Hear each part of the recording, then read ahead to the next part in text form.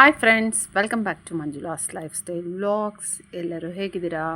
ನೀವೆಲ್ಲ ಚೆನ್ನಾಗಿದ್ದೀರಾ ಅಂದ್ಕೊಂಡಿದ್ದೀನಿ. ನಾನು ಕೂಡ ಚೆನ್ನಾಗಿದ್ದೀನಿ ಫ್ರೆಂಡ್ಸ್. ಇವತ್ತು ನಾನು ನಿಮಗೆ ತೋರಿಸ್ತಾ ಇರೋವಂಥದ್ದು ಟೊಮೆಟೊ ರಸಮ್. ಎಷ್ಟು ಕ್ವಿಕ್ಕಾಗಿ ಈಸಿಯಾಗಿ ಮಾಡೋವಂಥ ರೆಸಿಪಿ ಇದು. ಬನ್ನಿ ಫ್ರೆಂಡ್ಸ್, ಹೋಗಿ ನೋಡ್ಕೊಂಡು ಬರೋಣ.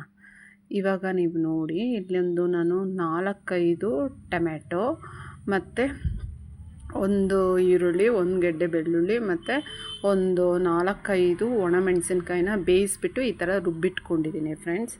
ಮತ್ತಿಲ್ಲಿ ನೀವು ನೋಡ್ಬೋದು, ಇಲ್ಲಿ ಒಂದು ಬೆಳ್ಳುಳ್ಳಿ ಗೆಡ್ಡೆ, ಆಮೇಲೆ ಒಂದು 4 ಒಣಮೆಣಸಿನ್ಕಾಯಿ ಕಟ್ ಮಾಡಿ, ಒಂದು ಈರುಳ್ಳಿ ಕಟ್ ಮಾಡಿಕೊಂಡು ಕರಿಬೇವನ್ನ ಇಟ್ಕೊಂಡಿದ್ದೀನಿ ಒಗ್ಗರಣೆಗೆ. ಇವಾಗ ನೀವು ನೋಡ್ಬೋದು, ಇಲ್ಲೊಂದು ಪಾತ್ರೆ ಇಟ್ಟು ಅದಕ್ಕೊಂದು 3 ಸ್ಪೂನ್ ಆಗೋಷ್ಟು ಎಣ್ಣೆ ಬಿಸಿಗಿಟ್ಟು, ಎಣ್ಣೆ ಬಿಸಿ ಆದಮೇಲೆ ಅರ್ಧ ಸ್ಪೂನ್ ಸಾಸಿವೆ ಹಾಕ್ಬಿಟ್ಟು ಅದಾದಮೇಲೆ ಕರಿಬೇವು ಹಾಕ್ಕೊಳ್ತಾ ಇದ್ದೀನಿ. ಇವಾಗ ನೀವು ನೋಡ್ಬೋದು, ಬೆಳ್ಳುಳ್ಳಿ ಜಜ್ಜಿರೋದು ಮತ್ತು ಒಣಮೆಣಸಿನ್ಕಾಯಿನ ಹಾಕ್ಕೊಳ್ತಾ ಇದ್ದೀನಿ. ಇದನ್ನು ಹಾಕ್ಕೊಂಡು ಇಲ್ಲಿ ನಾನೊಂದು ಸ್ವಲ್ಪ ಇಂಗು ಕೂಡ ಸೇರಿಸ್ಕೊಂಡೆ.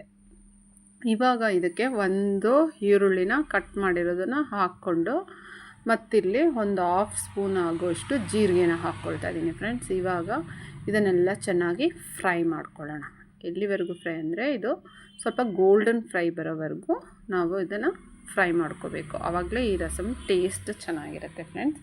ಸೊ ಹಾಗಾಗಿ ಇದನ್ನು ತಳ ಬಿಡದೆ ಹಾಗೆ ತಿರುಗಿಸ್ತಾನೆ ಇರಬೇಕು, ಇಲ್ಲಾಂದರೆ ಅದು ಸೀದ್ಬಿಡುತ್ತೆ. ಹಾಗಾಗಿ ನೀವು ಮಧ್ಯ ಮಧ್ಯ ಕೈ ಆಡಿಸ್ತಾ ಇರಬೇಕು ಫ್ರೆಂಡ್ಸ್. ಇಲ್ಲಿವರೆಗೂ ಯಾರು ನನ್ನ ಚಾನಲ್ನ ಸಬ್ಸ್ಕ್ರೈಬ್ ಮಾಡ್ಕೊಂಡಿಲ್ಲ, ನನ್ನ ಚಾನಲ್ನ ಸಬ್ಸ್ಕ್ರೈಬ್ ಮಾಡ್ಕೊಳ್ಳಿ ಅಂತ ಕೇಳ್ತಾ, ಅಲ್ಲೇ ಪಕ್ಕದಲ್ಲಿರೋ ಬೆಲ್ ಐಕನ್ನ ಕ್ಲಿಕ್ ಮಾಡಿ, ಸೊ ದಟ್ ನಾನು ಹಾಕೋ ವೀಡಿಯೋಸ್ ಎಲ್ಲ ನಿಮಗೆ ನೋಟಿಫಿಕೇಷನ್ ಬರುತ್ತೆ ಅಂತ ಹೇಳ್ತಾ, ಹಾಗೇ ನನ್ನ ವೀಡಿಯೋಸ್ನೆಲ್ಲ ನಿಮ್ಮ ಫ್ಯಾಮಿಲಿ, ಫ್ರೆಂಡ್ಸು, ರಿಲೇಟಿವ್ಸ್ಗೆ ಎಲ್ಲರಿಗೂ ಶೇರ್ ಮಾಡ್ತಾ, ಲೈಕ್ ಮಾಡಿ, ಕಮೆಂಟ್ ಮಾಡಿ. ಹಾಗೆ ಇಲ್ಲಿವರೆಗೂ ಯಾರ್ಯಾರು ನನ್ನ ವೀಡಿಯೋಸ್ ನೋಡಿದ್ದೀರಾ, ಅವರು ಏನು ಅಡುಗೆ ಮಾಡಿದ್ರಿ ಅಂತ ನನಗೆ ಕಮೆಂಟ್ರಲ್ಲಿ ಹೇಳಿ, ನನಗೂ ಖುಷಿ ಆಗುತ್ತೆ.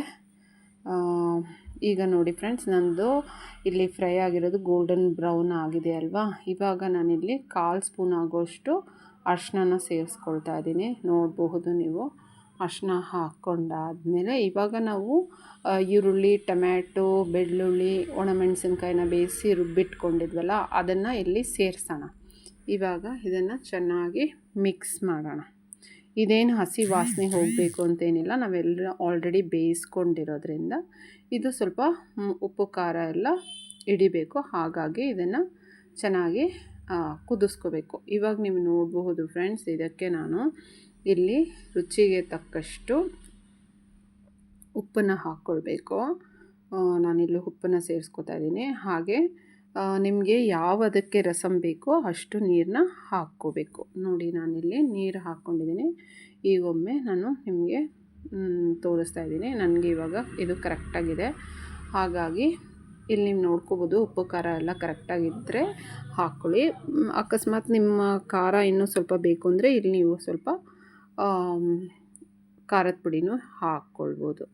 ಇವಾಗ ನಾನು ಇದನ್ನು ಚೆನ್ನಾಗಿ ಮಿಕ್ಸ್ ಮಾಡಾದಮೇಲೆ ಕೊತ್ತಂಬರಿ ಸೊಪ್ಪನ್ನು ಅಲಂಕಾರಕ್ಕೆ ಹಾಕ್ಕೊಂಡಿದ್ದೀನಿ.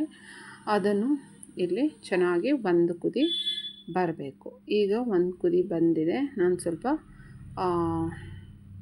ತಿರುಗಿಸಿ ನೋಡ್ತಾ ಇದ್ದೀನಿ ಫ್ರೆಂಡ್ಸ್. ಇವಾಗ ಚೆನ್ನಾಗಿ ಆಗಿದೆ. ಮತ್ತು ಇವಾಗ ನಾನು ಸರ್ವಿಂಗ್ ಮಾಡಿ ತೋರಿಸ್ತಾ ಇದ್ದೀನಿ. ನೀವು ನೋಡ್ಬೋದು ಫ್ರೆಂಡ್ಸ್, ಅನ್ನ ಇನ್ನೂ ಸ್ವಲ್ಪ ತಿನ್ನೋಣ ಅನಿಸುತ್ತೆ, ಅಷ್ಟು ಚೆಂದ ಇರುತ್ತೆ ಈ ರಸಮು. ಈ ಕ್ಲೈಮೇಟ್ಗಂತೂ ತುಂಬ ಸೂಪರಾಗಿರುತ್ತೆ ಅಂತ ಹೇಳ್ತಾ, ಮತ್ತೊಂದು ವಿಡಿಯೋದಲ್ಲಿ ಸಿಗೋಣ. Bye friends.